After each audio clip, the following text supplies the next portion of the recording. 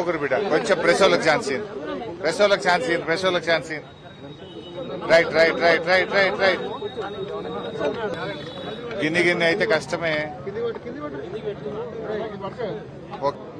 మాట్లాడచ్చా? అరే నీ ఫోటో తర్వాత వాళ్ళని తీసుకొని. అందరికీ నమస్కారం. ముఖ్యంగా ఖమ్మం మహబూబాబాద్ జిల్లాలో తీవ్రమైనటువంటి నష్టం జరిగిన దరిమల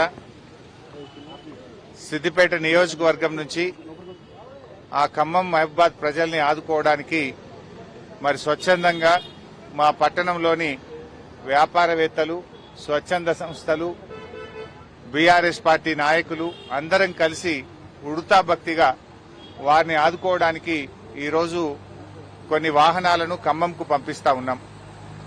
మళ్లీ రేపు ఎల్లుండి ఇంకా కొన్ని వాహనాలను తయారు చేసి మహబూబాబాద్ జిల్లాకు కూడా పంపించడం జరుగుతుంది. ముఖ్యంగా ఈరోజు ఒక 200 క్వింటాళ్ల సన్న బియ్యాన్ని, ఒక 2000 కిరాణా సామాన్ కిట్స్, ఒక 500 బ్లాంకెట్స్, ఒక 2000 బ్రెడ్ ప్యాకెట్స్, ఆలుగడ్డలు, ఉల్లిగడ్డలు తదితర సామాన్లన్నీ కూడా తయారు చేసి ఈరోజు ఖమ్మం జిల్లాకు పంపించడం జరుగుతూ ఉంది. ఈ విధంగా అందరూ కూడా ముందుకు రావాలని పిలుపునిస్తా ఉన్నాను. మానవ సేవయే మాధవ సేవ.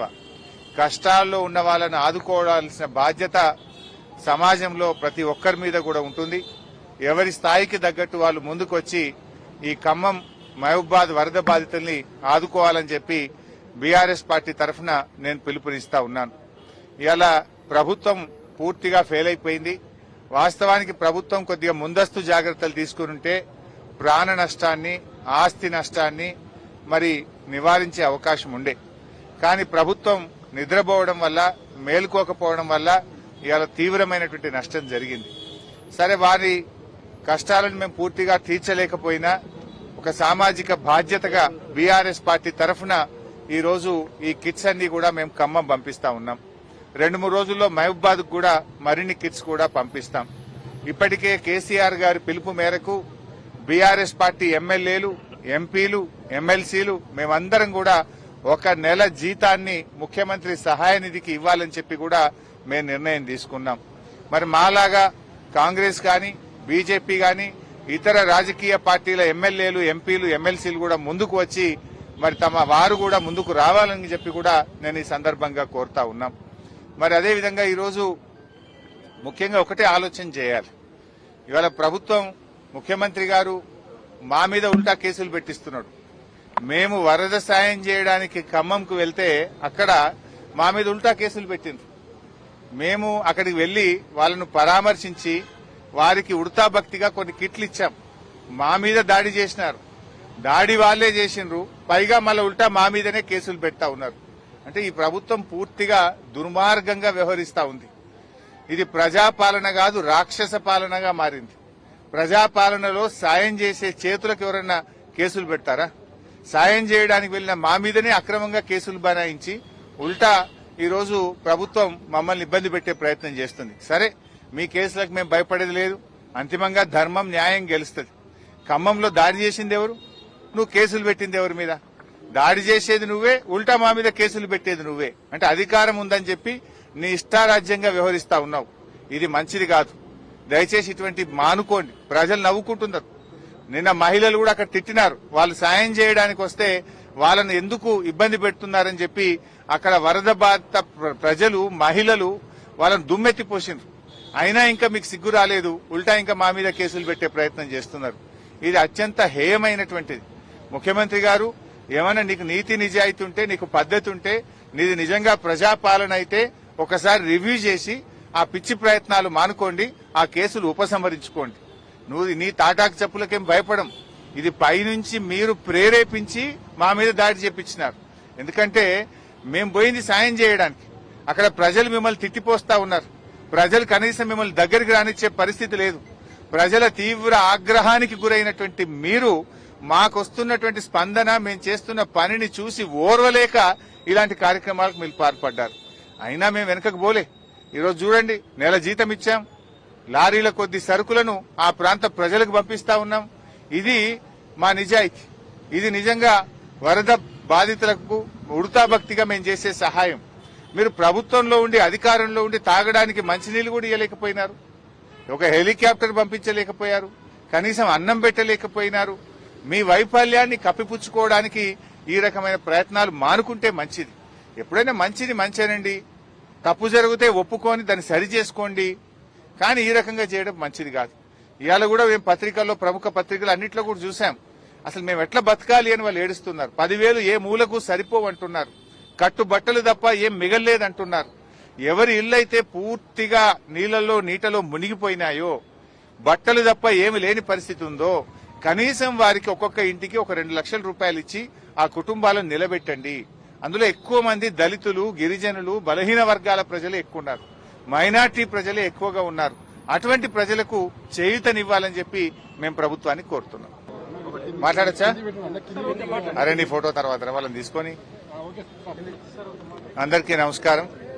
ముఖ్యంగా ఖమ్మం, మహబూబాద్ జిల్లాలో తీవ్రమైనటువంటి నష్టం జరిగిన దరిమల, సిద్దిపేట నియోజకవర్గం నుంచి ఆ ఖమ్మం, మహబూబాద్ ప్రజల్ని ఆదుకోవడానికి మరి స్వచ్ఛందంగా మా పట్టణంలోని వ్యాపారవేత్తలు, స్వచ్ఛంద సంస్థలు, బీఆర్ఎస్ పార్టీ నాయకులు అందరం కలిసి ఉడతా భక్తిగా వారిని ఆదుకోవడానికి ఈరోజు కొన్ని వాహనాలను ఖమ్మంకు పంపిస్తా ఉన్నాం. మళ్లీ రేపు ఎల్లుండి ఇంకా కొన్ని వాహనాలను తయారు చేసి మహబూబాబాద్ జిల్లాకు కూడా పంపించడం జరుగుతుంది. ముఖ్యంగా ఈరోజు ఒక 200 క్వింటాళ్ల సన్న బియ్యాన్ని, ఒక 2,000 కిరాణా సామాన్ కిట్స్, ఒక 500 బ్లాంకెట్స్, ఒక 2,000 బ్రెడ్ ప్యాకెట్స్, ఆలుగడ్డలు, ఉల్లిగడ్డలు తదితర సామాన్లన్నీ కూడా తయారు చేసి ఈరోజు ఖమ్మం జిల్లాకు పంపించడం జరుగుతూ ఉంది. ఈ విధంగా అందరూ కూడా ముందుకు రావాలని పిలుపునిస్తా ఉన్నాను. మానవ సేవయే మాధవ సేవ. కష్టాల్లో ఉన్న వాళ్ళని ఆదుకోవాల్సిన బాధ్యత సమాజంలో ప్రతి ఒక్కరి మీద కూడా ఉంటుంది. ఎవరి స్థాయికి తగ్గట్టు వాళ్ళు ముందుకొచ్చి ఈ ఖమ్మం, మహబూబాద్ వరద బాధితుల్ని ఆదుకోవాలని చెప్పి బీఆర్ఎస్ పార్టీ తరఫున నేను పిలుపునిస్తా ఉన్నాను. ఇవాళ ప్రభుత్వం పూర్తిగా ఫెయిల్ అయిపోయింది. వాస్తవానికి ప్రభుత్వం కొద్దిగా ముందస్తు జాగ్రత్తలు తీసుకునుంటే ప్రాణ నష్టాన్ని, ఆస్తి నష్టాన్ని మరి నివారించే అవకాశం ఉండే. కానీ ప్రభుత్వం నిద్రపోవడం వల్ల, మేలుకోకపోవడం వల్ల ఇవాళ తీవ్రమైనటువంటి నష్టం జరిగింది. సరే, వారి కష్టాలను మేము పూర్తిగా తీర్చలేకపోయినా ఒక సామాజిక బాధ్యతగా బీఆర్ఎస్ పార్టీ తరఫున ఈరోజు ఈ కిట్స్ అన్ని కూడా మేము ఖమ్మం పంపిస్తా ఉన్నాం. 2-3 రోజుల్లో మహబూబాద్ కూడా మరిన్ని కిట్స్ కూడా పంపిస్తాం. ఇప్పటికే కేసీఆర్ గారి పిలుపు మేరకు బీఆర్ఎస్ పార్టీ ఎమ్మెల్యేలు, ఎంపీలు, ఎమ్మెల్సీలు మేమందరం కూడా 1 నెల జీతాన్ని ముఖ్యమంత్రి సహాయ నిధికి ఇవ్వాలని చెప్పి కూడా మేము నిర్ణయం తీసుకున్నాం. మరి మాలాగా కాంగ్రెస్ కానీ, బీజేపీ కానీ, ఇతర రాజకీయ పార్టీల ఎమ్మెల్యేలు, ఎంపీలు, ఎమ్మెల్సీలు కూడా ముందుకు వచ్చి మరి వారు కూడా ముందుకు రావాలని చెప్పి కూడా నేను ఈ సందర్భంగా కోరుతా ఉన్నాం. మరి అదేవిధంగా ఈరోజు ముఖ్యంగా ఒకటే ఆలోచన చేయాలి. ఇవాళ ప్రభుత్వం, ముఖ్యమంత్రి గారు మా మీద ఉల్టా కేసులు పెట్టిస్తున్నాడు. మేము వరద సాయం చేయడానికి ఖమ్మంకు వెళ్తే అక్కడ మా మీద ఉల్టా కేసులు పెట్టిండ్రు. మేము అక్కడికి వెళ్లి వాళ్ళను పరామర్శించి వారికి ఉడతా భక్తిగా కొన్ని కిట్లు ఇచ్చాం. మా మీద దాడి చేసినారు. దాడి వాళ్లే చేసిండ్రు. పైగా మళ్ళీ ఉల్టా మా మీదనే కేసులు పెడతా ఉన్నారు. అంటే ఈ ప్రభుత్వం పూర్తిగా దుర్మార్గంగా వ్యవహరిస్తా ఉంది. ఇది ప్రజాపాలన కాదు, రాక్షస పాలనగా మారింది. ప్రజాపాలనలో సాయం చేసే చేతులకు ఎవరన్నా కేసులు పెడతారా? సాయం చేయడానికి వెళ్లిన మా మీదనే అక్రమంగా కేసులు బనాయించి ఉల్టా ఈరోజు ప్రభుత్వం మమ్మల్ని ఇబ్బంది పెట్టే ప్రయత్నం చేస్తుంది. సరే, మీ కేసులకు మేము భయపడేది లేదు. అంతిమంగా ధర్మం, న్యాయం గెలుస్తుంది. ఖమ్మంలో దాడి చేసింది ఎవరు? నువ్వు కేసులు పెట్టింది ఎవరి మీద? దాడి చేసేది నువ్వే, ఉల్టా మా మీద కేసులు పెట్టేది నువ్వే. అంటే అధికారం ఉందని చెప్పి నీ ఇష్టారాజ్యంగా వ్యవహరిస్తా ఉన్నావు. ఇది మంచిది కాదు. దయచేసి ఇటువంటి మానుకోండి. ప్రజలు నవ్వుకుంటున్నారు. నిన్న మహిళలు కూడా అక్కడ తిట్టినారు. వాళ్ళు సాయం చేయడానికి వస్తే వాళ్ళను ఎందుకు ఇబ్బంది పెడుతున్నారని చెప్పి అక్కడ వరద బాధిత ప్రజలు, మహిళలు వాళ్ళను దుమ్మెత్తిపోసిండ్రు. అయినా ఇంకా మీకు సిగ్గు రాలేదు. ఉల్టా ఇంకా మా మీద కేసులు పెట్టే ప్రయత్నం చేస్తున్నారు. ఇది అత్యంత హేయమైనటువంటిది. ముఖ్యమంత్రి గారు, ఏమైనా నీకు నీతి నిజాయితీ ఉంటే, నీకు పద్ధతి ఉంటే, నీది నిజంగా ప్రజాపాలన అయితే ఒకసారి రివ్యూ చేసి ఆ పిచ్చి ప్రయత్నాలు మానుకోండి, ఆ కేసులు ఉపసంహరించుకోండి. నువ్వు నీ తాటాకు చెప్పులకేం భయపడం. ఇది పైనుంచి మీరు ప్రేరేపించి మా మీద దాడి చేపించినారు. ఎందుకంటే మేము పోయింది సాయం చేయడానికి. అక్కడ ప్రజలు మిమ్మల్ని తిట్టిపోస్తా ఉన్నారు. ప్రజలు కనీసం మిమ్మల్ని దగ్గరికి రానిచ్చే పరిస్థితి లేదు. ప్రజల తీవ్ర ఆగ్రహానికి గురైనటువంటి మీరు మాకొస్తున్నటువంటి స్పందన, మేము చేస్తున్న పనిని చూసి ఓర్వలేక ఇలాంటి కార్యక్రమాలకు మీరు పాల్పడ్డారు.